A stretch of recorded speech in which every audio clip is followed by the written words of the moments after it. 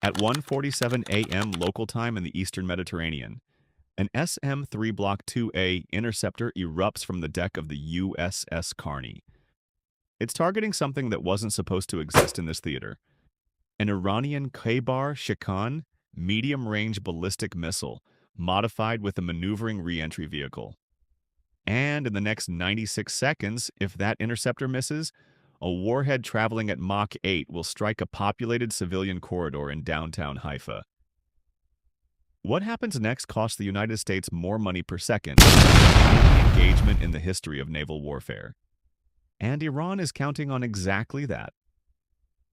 The USS Carney, a Flight 2A Arleigh Burke-class destroyer, is positioned 140 nautical miles west-northwest of Haifa, operating as the forward air defense node for Carrier Strike Group 2.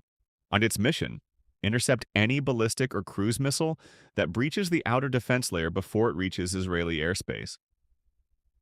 Tonight, that mission activates for real. This isn't routine. Because tonight's problem? It's not one missile, it's not even 10. Intelligence estimates put the inbound wave at over 180 projectiles. A coordinated salvo of ballistic missiles, land attack cruise missiles, and Shahed 136 one-way attack drones launched simultaneously from Iranian territory, Iraqi militia positions, and Houthi-controlled Yemen. 3 countries, 3 vectors, 1 target.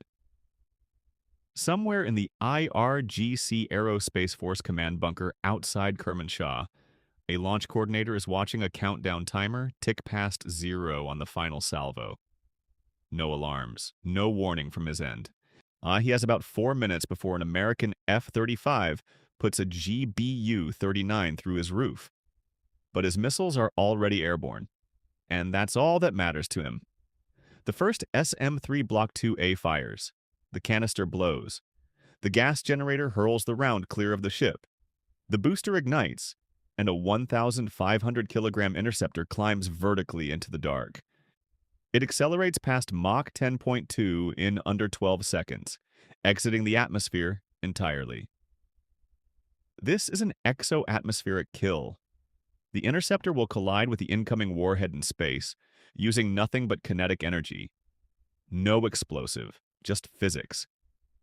Each SM-3 Block 2A round costs $36.4 million. The target? An Iranian Khaybar-Shikan ballistic missile? Estimated production cost, $300,000. That's a 121 to 1 cost ratio, in Iran's favor. This isn't guesswork. The Aegis combat system is processing 247 simultaneous radar tracks, classifying threats and computing intercept solutions, all at the speed of light. Every firing decision is math moving at Mach 8.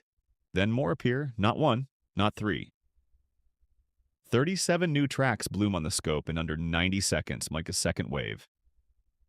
Cruise missiles skimming at 50 feet above the Mediterranean, mixed with Shahed drones crawling in low and slow to saturate the point defense window. They're coming from 3 axes simultaneously, splitting into subclusters, adjusting altitude, like some diving, some climbing, to confuse the engagement geometry. Now it's not about accuracy, it's about time. Every interceptor needs a firing window, a tracking solution, and a clear corridor. And those corridors are collapsing. 1 intercept. Hit. 2. Hit. I3. Hit. 4. Miss. Now, a Pave 351 cruise missile is 18 seconds from the outer boundary of Israel's Arrow. 3 engagement zone. And if it gets through, the next line of defense is David's Sling, which has never faced this volume. Ever? Another interceptor fires, then another, then another. The Carney is now cycling through its VLS cells faster than any Arleigh Burke has in combat history. $36 million. $72 million. $108 million. $241 million. $478 million. And that's just one ship.